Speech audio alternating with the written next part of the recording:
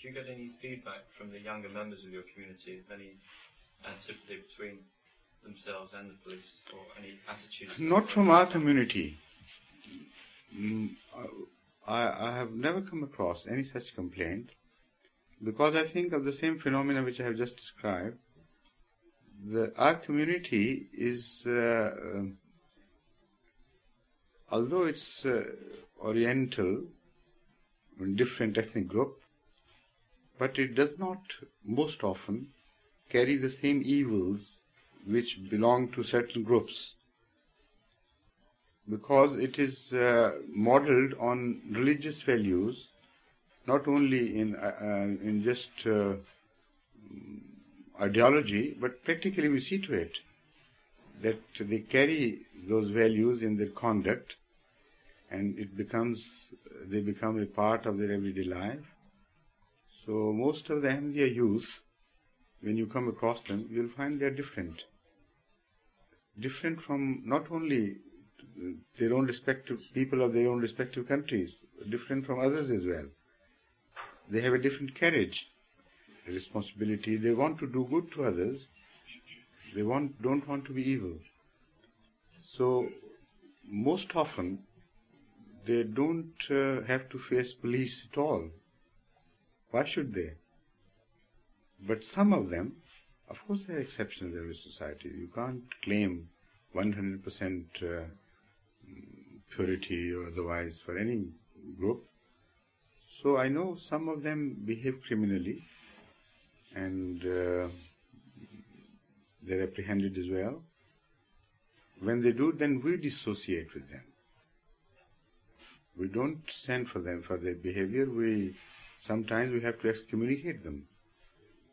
And the result is that they are not encouraged to relate such things to me, of all the people, Even they would try to hide such experiences from the presidents of the local chapters.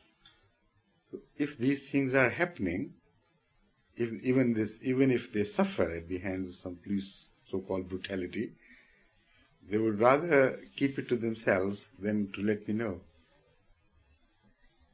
Do you find that when you've excommunicated a youth, yes, the whole family or the whole community? No. Not the whole family. In fact, the excommunication, when we say that, has a different connotation from the word as normally understood. We just tell them that you no longer, the spiritual part of the community will not accept any financial sacrifice from you. It is a completely different type of punishment. Instead of their being deprived of any benefits, we tell them that we are going to be deprived of your benefits. When we call the community for community work, you will be exempted. We will not expect you to participate in community affairs. We are ceasing to accept financial contributions from you. So if they have any spiritual value attached to the community, they suffer. If not, then they are no longer our members anyway. But as far as their parents are concerned, they are not only not advised, but they are not permitted to withhold any benefits which should normally flow from the parents to the children.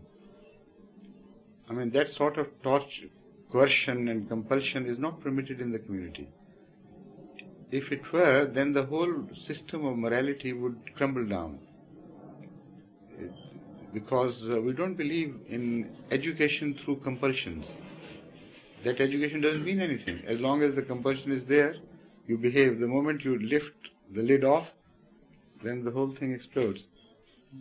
So our system is different. And most often they feel so much that they transform themselves. They reform and they cry and they write to me very, very pathetic letters that please let me participate in the community work again. I'm really so sorry and so on. So this is the true reform which takes place within through these mayors, which apparently are no compulsion at all.